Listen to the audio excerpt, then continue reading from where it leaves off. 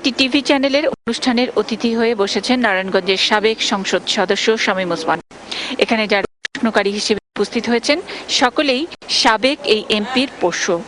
হেনস্থা হওয়ার ভয়ে সম্ভাব্য অন্য দুজন প্রার্থী এখানে আসেননি। ফলে শামীম ওসমান খুব সহজে প্রমাণ করতে পারছেন তার সৎসাহস এবং তার পেছনে নারায়ণগঞ্জবাসীর সমর্থনের কথা। আপনি যেটা মনে করছেন, দেখেন আজকে এখানে একটা অনুষ্ঠান হচ্ছে 21 টিভি, আপনি নিজেই দেখেছেন। আমি জানি এটা হয়তো আপনি শোনাবেন না, মেবি আপনি শোনাবেন কি মেবি শোনাবেন না। এখানে কিন্তু তৃণমূল সব জনসাধারণের সামনে প্রশ্ন উত্তর দিবে। আমার কিন্তু সৎসাহস আছে, আমি এখানে এসেছি, আর কেউ কিন্তু আসেন নাই। আসলেই কতটা জনপ্রিয় এই নেতা, যার পরিবারের আছে দীর্ঘ রাজনীতির ইতিহাস? এই প্রশ্নের উত্তর সরাসরি দেওয়ার সাহস করছে না নারায়ণগঞ্জবাসী, বরং এর জবাবে বলছেন সন্ত্রাসমুক্ত নারায়ণগঞ্জের দাবির কথা।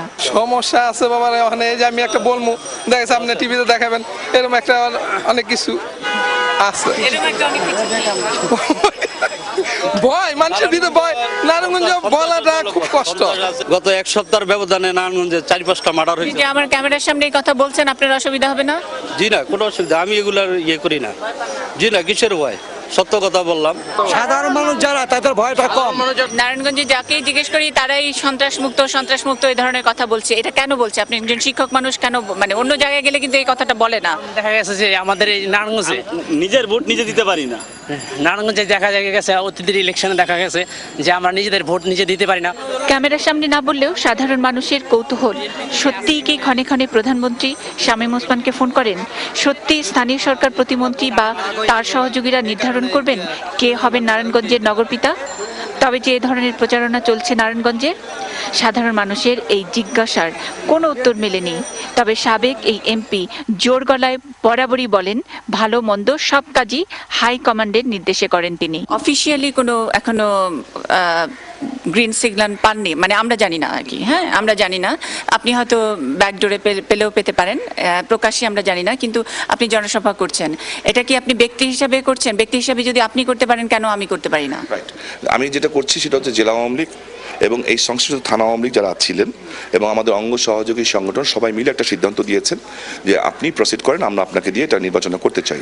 শামীম ভাই, যেটা বললেন যে আসলে সিদ্ধান্ত নেওয়ার হলো নেত্রী সিদ্ধান্ত নেবেন, যে দল এবং নেত্রী, মানে দল আর নেত্রী কি দুইটা আলাদা করছেন নাকি? যে মানে নেত্রী একরকম সিদ্ধান্ত নিলে দল আর একরকম সিদ্ধান্ত নিতে পারে, এরকম কি হওয়া সম্ভব? আচ্ছা, আমি ধরে নিলাম সভানেত্রী যদি সিদ্ধান্ত নেন যে আপনি আপনাকে নমিনেশন দিচ্ছেন, আপনার ছোট বোনকে দিচ্ছে, যার কথা বললেন, সেটা কি আপনি? নেত্রী যাকে সিদ্ধান্ত দিবেন, যেটা বলবেন, আমার দল যেটা বলবে সেটাই আমি মানতে বাধ্য। নেতা কখনো পালায় না। আমি একটু বলি আপনাকে, বিভিন্ন পৃথিবীর বহু বড় বড় মানুষ থেকে আরম্ভ করে লেনিন থেকে আরম্ভ করে সবাই করেছেন। এমনকি আমাদের রাসূলুল্লাহ সাল্লাল্লাহু আলাইহি ওয়াসাল্লামও কিন্তু মক্কা থেকে মদিনায় চলে গেছিলেন। হ্যাঁ, আমি আপনার জ্ঞান অনেক বেশি, কিন্তু আমাদের নবীজি পর্যন্ত মক্কা থেকে মদিনা। নবীজি চলে যাওয়ার শামীম ওসমানের চলে যাওয়ার মধ্যে অনেক পার্থক্য আছে। নবীজি তো নবীজি হিসেবে গিয়েছেন, হ্যাঁ, আর আপনি গডফাদার, আর আপনি আপনার বিরুদ্ধে মামলা, এবং আপনি মানে আওয়ামী লীগের কলঙ্ক হিসেবে আপনাকে ওইভাবে তখন দেখা হচ্ছিল, অনেকটা গা বাঁচানোর জন্য।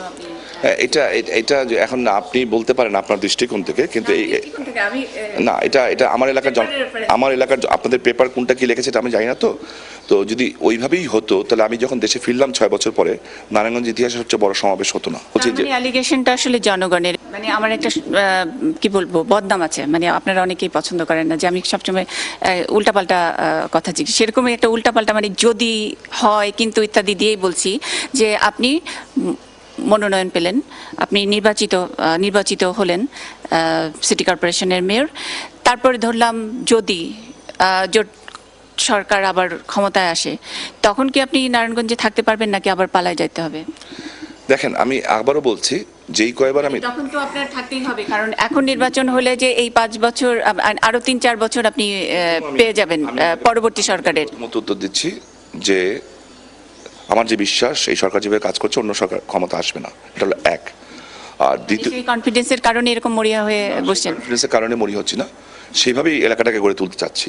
2 নম্বর যেটা হচ্ছে, যতবারই আমি চলে গেছি, আমি কিন্তু আমার পার্টির একদম সর্বোচ্চ হাইকমান্ডের নির্দেশ ছাড়া যাইনি। আর এই 2001-এ আমি গেছি, এবার কিন্তু আমাদের বহু বড় নেতারা সবাই দেশ ছেড়ে চলে গেছেন। হাইকমান্ড মানে কি শেখ হাসিনা আপনাকে চলে যেতে বলেছেন নাকি? আমি শেখ হাসিনাকেই শুধু হাইকমান্ড বলা যায় না, আমার নেত্রী ছাড়াও তো আছেন, নেত্রীকেও ধরতে পারেন আপনি। যেটাই হোক, এটা আমার রাজনৈতিক কৌশল, তো ডাকছে। জি, thank you. মুন্নি সাহা, এটি নিউজ, নারায়ণগঞ্জ।